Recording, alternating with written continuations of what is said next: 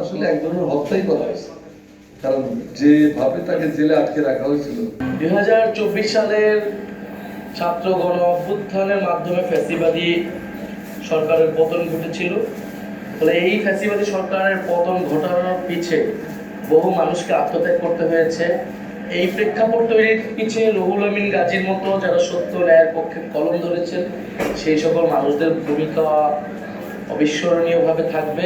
বিনা চিকিৎসার তার দুটি কিডনি নষ্ট হয়ে গেছে, একটি পুরোপুরি ড্যামেজ আর একটিও প্রায় নষ্ট হয়ে যাচ্ছে। ক্যান্সার বেড়ে যায়, ডায়াবেটিস হয়ে পড়ে নিয়ন্ত্রণহীন। আমরা বারবার আন্দোলন সংগ্রাম করেছি, বিবৃতি দিয়েছি এবং শত শত সাংবাদিক একসাথে বিবৃতি দিয়ে তার মুক্তি দাবি করেছি, কিন্তু এই সরকার মোটো কর্ণপাত করে আমরা দূরে দূরে ছিলাম। সে ক্যান্সার রোগী, তার একটা কিডনি নেই, আর একটা কিডনিও ড্যামেজ হয়ে যাচ্ছে।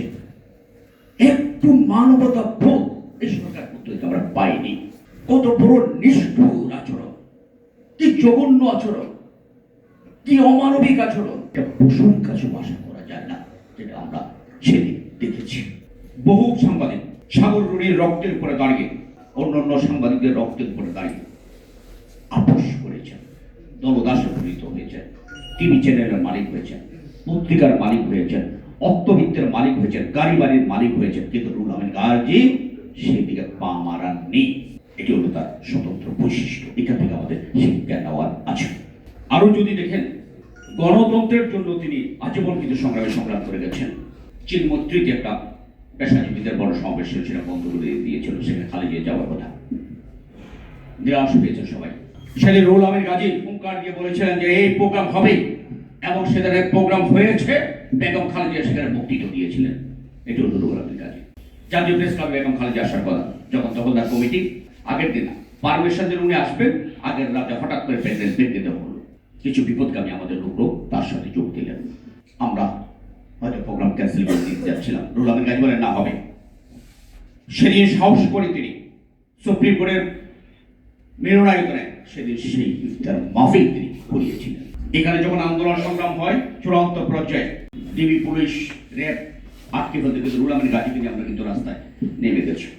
3 তারিখে 1000 সাংবাদিক নিয়ে ঢাকার বুকে, 3 আগস্টের কথা বলছি, শেখ হাসিনার পতনের 2 দিন আগের কথা, ঢাকার বুকে সর্ববৃহৎ মিছিল আমরা রুহুল আমিন গাজীর নেতৃত্ব করছি। তখন তিনি হাঁটতে পারেন না, খুব কষ্ট করে, কিন্তু পুরো রাস্তা হেঁটেছেন। আজিজ ভাইয়ের মাঝখান থেকে কিন্তু যেতে পারেনি, সরে এসেছেন, কিন্তু রুহুল আমিন গাজী পুরো পল্টন করে প্রেস ক্লাবের সামনে এসেছেন। সাহস, দেশপ্রেম, দৃঢ়তা, মনোবল, এটা রুহুল আমিন গাজী বলেছিল।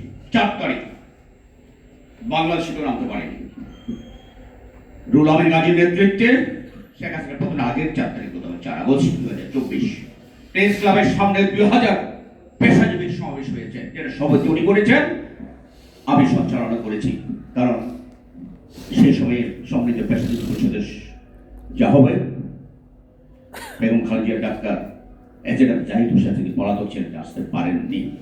মুহুর্মুহুগুলি, সাউন্ড গ্রেনেড, টিয়ার সেল শেষ পর্যন্ত দাঁড়িয়েছিলেন।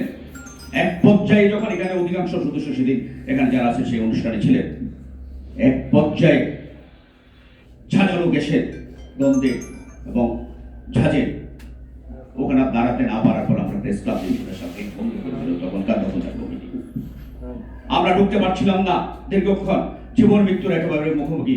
পিছন গেট দিয়ে এসে অনেক বছর সেলিমকে অনেকটা গালাগালি করে আমরা কোনো মতে গেটটা খুলিয়ে ভিতরে ঢুকেছি।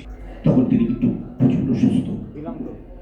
গণতন্ত্রের জন্য, একটা মানবিক রাষ্ট্রের জন্য তিনি সেদিন কিন্তু জীবন বাজি রেখে রাজপথে এসেছেন। 5 তারিখ আমরা জানতাম না শেখ হাসিনার পতন হবে, আমাদেরকে দায়িত্ব দেওয়া হলে সরকারি যেতে হবে। সেখানে আমি এখানে একটা মহসিন ভাই আছেন, ভোরবেলা আমি যেখানে পলাতক অবস্থায়, সেখান থেকে মহসিন ভাই আমাকে ভোরবেলায় একটা মোটরসাইকেলে মুখ বন্ধ করে এসেছি। সচিব আপনার শহীদ মিনারের দিকে যাওয়ার আগে তিনি গুলি করা শুরু করেছে, আমরা ব্যাগ করে এখানে এসেছি। গাজী ভাই সেখানে সকাল থেকে বসে আছেন। দুপুরে যখন শেখ হাসিনার পালিয়ে যাবার খবর আসলো, রুহুল আমিন গাজীর নেতৃত্বে কিন্তু সেদিন মনে হয় উনি টকবকে এক তরুণ, 18 বছরের তরুণ মিছিল বের করলো, সেটার নেতৃত্ব তিনি দিয়েছেন। এরপর আর সুস্থভাবে উনি এখন কাজ করতে, 2-1টা সময় শিখে সুস্থ অবস্থায়।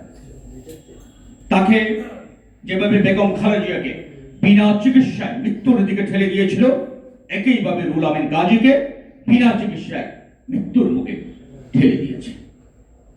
আমি যে কথাটি বলছিলাম, রুহুল আমিন গাজী আজীবন সংগ্রাম। আমরা যখন এখানে ডিজিটাল সিকিউরিটি অ্যাক্টের বিরুদ্ধে আন্দোলন করেছি, প্রতি আন্দোলনের সামনে নিজের নেতৃত্ব দিয়েছেন। তিনি জাতীয় প্রেস ক্লাব দখল হওয়ার পর আমরা 1 মাস ধরে নিচে সমাবেশ করেছি। আমাদের বহু বন্ধুরা সেদিন আসেন। রুহুল আমিন গাজী প্রতিদিন এই সমাবেশে সেখানে উপস্থিত ছিলেন। রুহুল আমিন গাজীর নেতৃত্বে আমরা সেদিন ক্লাবের ভিতরে এবং বাইরে মাসের পর মাস আমরা লড়াই করেছি, সংগ্রাম করেছি।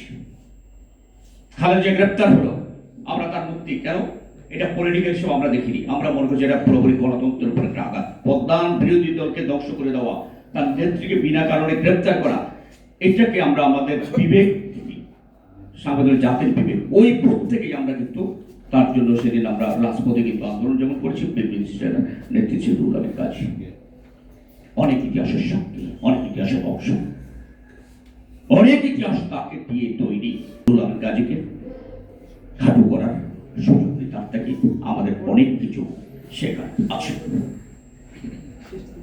ডিভিশন দেন ম্যাচেতে রাখা হয়েছিল, তার মেয়ের বিয়ে উপস্থিত হতে পারেননি, তার স্ত্রী একটা অপারেশনে সেকেন্ড আমিন গাজী সর্বদা আইনের শাসন ও ন্যায় বিচার প্রতিষ্ঠার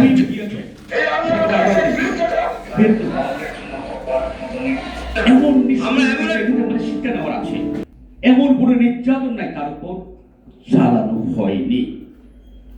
কি শিক্ষার যে বিষয়টি বলছি সেটা হলো যে অসভ্যতার কথা, যে নিষ্ঠুর নির্যাতনের কথা আমরা বলছি, আমরা যেন সুযোগ পেলে সেই পথে না বাড়াই। অর্থাৎ আমাদের সাংবাদিক হিসেবেও আমাদেরকে উৎসাহিত করেছে এগুলো করতে, আমরা যেন না করি, এবং ভবিষ্যতে যে সরকার আসবে তারাও যেন এখানে এই কাজগুলো না করে, সেটি হচ্ছে জন্য এই কথাগুলো বলছি।